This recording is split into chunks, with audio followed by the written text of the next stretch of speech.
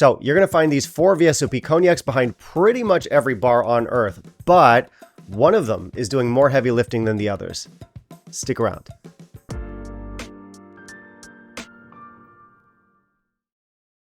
All right, we're doing something different today. As you know, this is mostly a whiskey channel, but I do check out alternatives from time to time. And for today's video, I thought it would be fun to check out the 4 VSOP releases from the world's biggest cognac brands. So keep in mind that this is coming from the perspective of someone who is primarily a whiskey enthusiast, but I have been known to be a little bit promiscuous sometimes.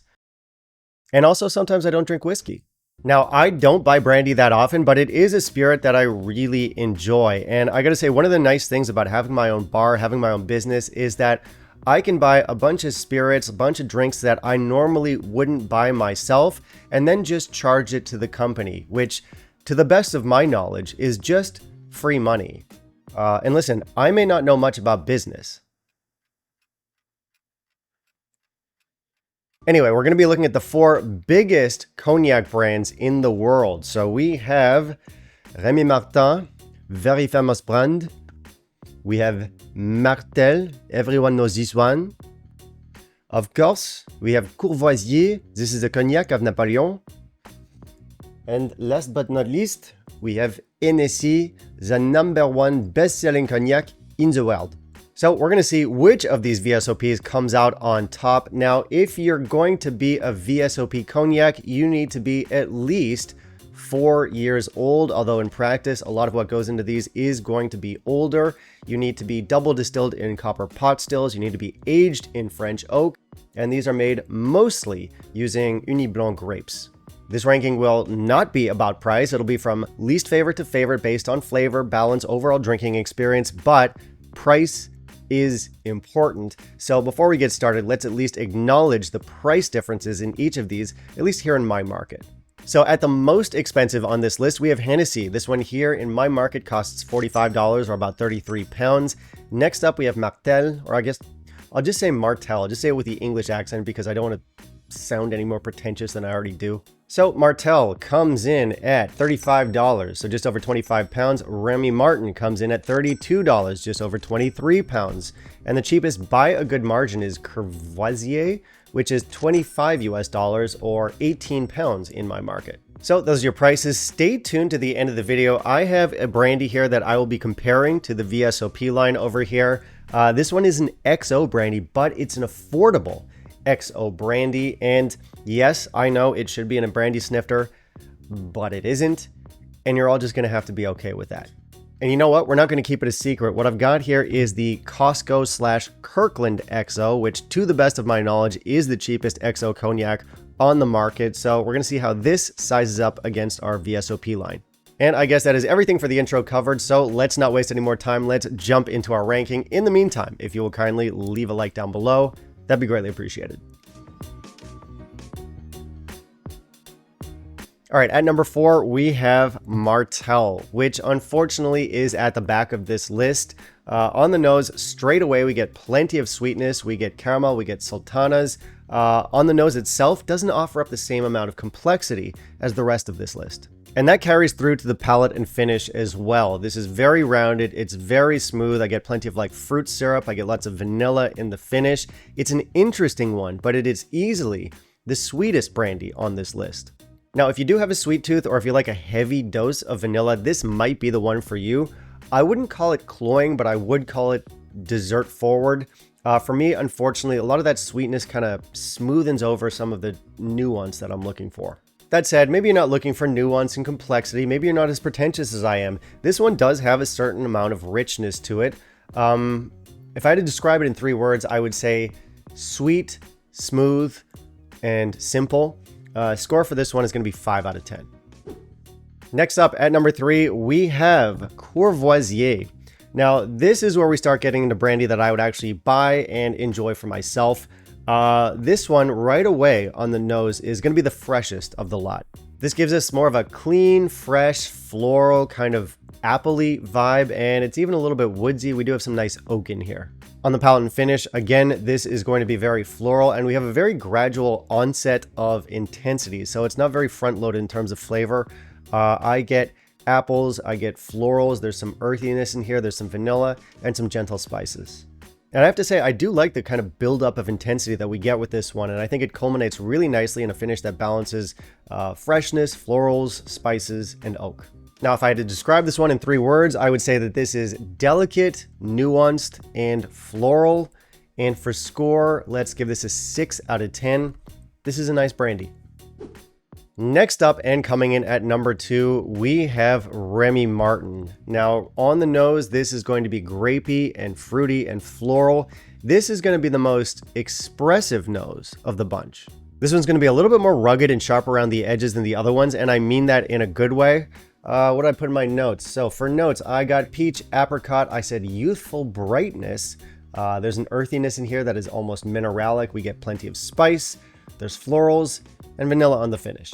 Now, don't get me wrong, this is still a very smooth, easy sipper, but it just feels like the least pretty and the least engineered of the lot, which sounds funny to say because this is a big brand cognac. All big brand cognacs are very engineered, but this one just feels less so.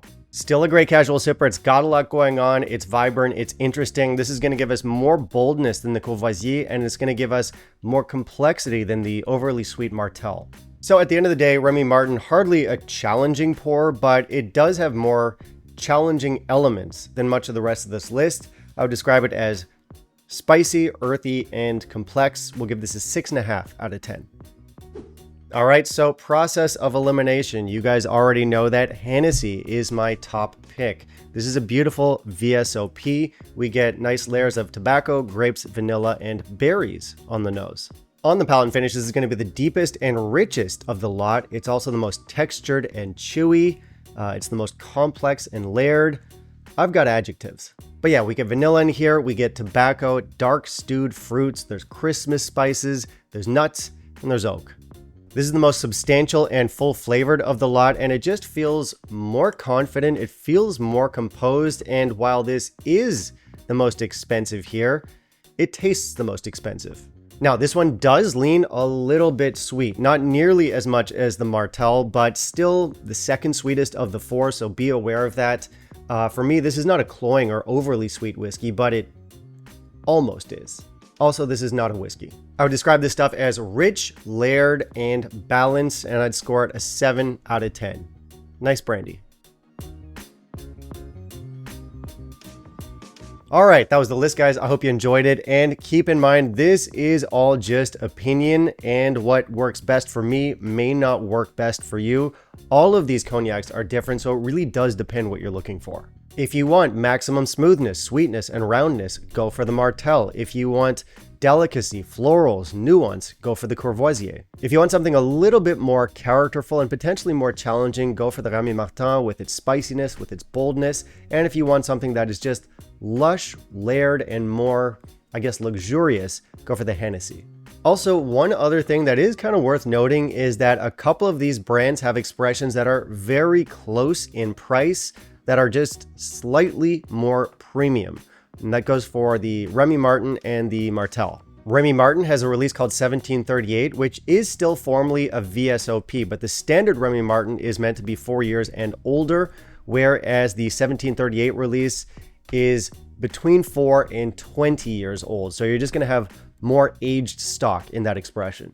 Meanwhile, Martell has the Blue Swift expression, which costs about $10 more. The Rémy Martin, the 1738, also about $10 more. This one is, if it were called a cognac, it would be a VSOP, but it's a VSOP with more aged stock in it, apparently between 4 and 14 years old, as opposed to just 4+ years old for the standard VSOP. However, formally, we can't call it a cognac because this has seen a finish in American bourbon barrels, so it hasn't been matured exclusively in French oak. So officially, it's a spirit drink, but yeah, it's a finished cognac. Now that finish is meant to make it smoother and rounder. I have never tried it, but if you're interested in seeing reviews of more brandies, or in particular those expressions, or maybe some more XO type stuff, let me know down below in the comments, because I do occasionally do alternatives and brandy's a fun one.